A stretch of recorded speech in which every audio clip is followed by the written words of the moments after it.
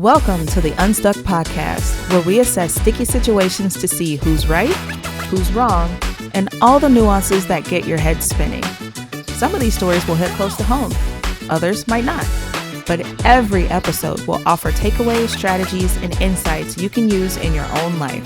So, let's dive in.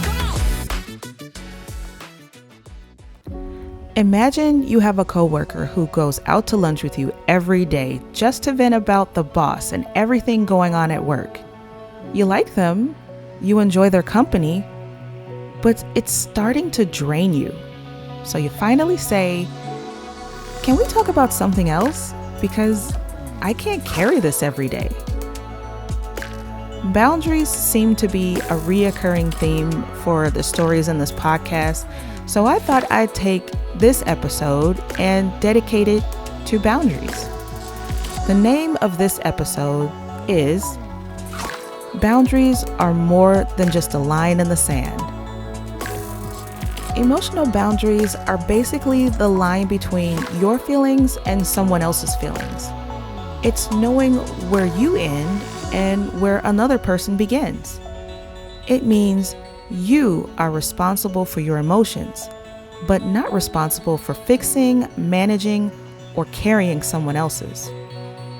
Emotional boundaries are the mental limits that define where your physical space ends and another person begins, allowing you to take ownership of your own feelings while respecting others' autonomy. But why do boundaries matter? The reason boundaries matter is because without them, you burn out.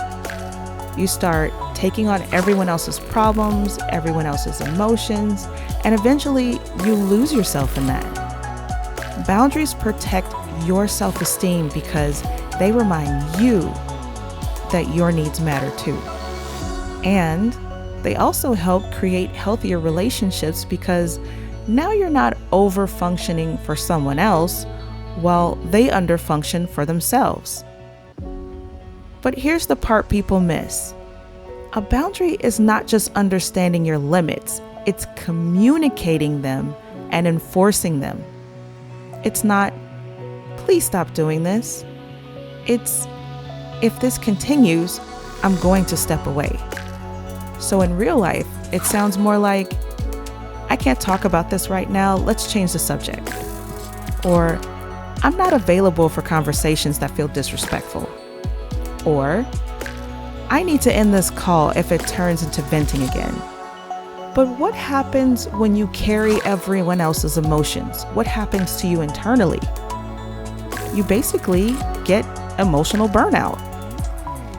You could start feeling tired when nothing physical happened, mentally overloaded after normal conversations, drained after people vent to you. You're practically emotionally oversaturated. Your mind is so cluttered with everyone else's emotions and feelings that you have no room for your own.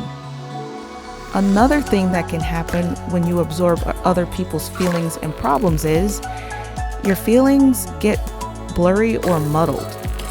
You start not being able to differentiate their feelings about the situation from your own. You start reacting instead of processing. When you keep absorbing, people start to vent to you automatically. They start to rely on you to regulate their emotions. They expect access to you without limits. And soon you become an emotional dumping ground, which is great for them, not so great for you. Don't get me wrong, helping people through a tough time is a valid human thing to do. It makes you feel helpful, needed, connected, but over time, it could lead to resentment. You start dodging texts, you feel obligated instead of willing, and then you feel guilty for needing your space and your peace. Another thing people tend to do is start going into fix-it mode. You become the problem solver. You become the emotional manager. You are the one that is constantly available. You assume the identity of the go-to person instead of the person with their own limits. That can't be healthy, right? This is why emotional boundaries matter. Not because you don't care about people, but without them, you eventually lose your ability to care for yourself. The key takeaway for this episode is a boundary without action is just a request. So the real question isn't just what is a boundary, it's whether we feel guilty for having them. Do you think setting boundaries makes you selfish or just healthy? If you've been in a situation like this, I'd love to hear what you would do. Let me know in the comments below. If you like content like this, don't forget to like and subscribe. Thanks for listening to the Unstuck podcast. If you're dealing with your own sticky situation and need help untangling it, you can find me at Anchored Insight on X or on my Etsy shop, Insight Advisor. Until next time, remember, decisions don't get judged here, and we don't make pressured decisions, only decisions that are right for you.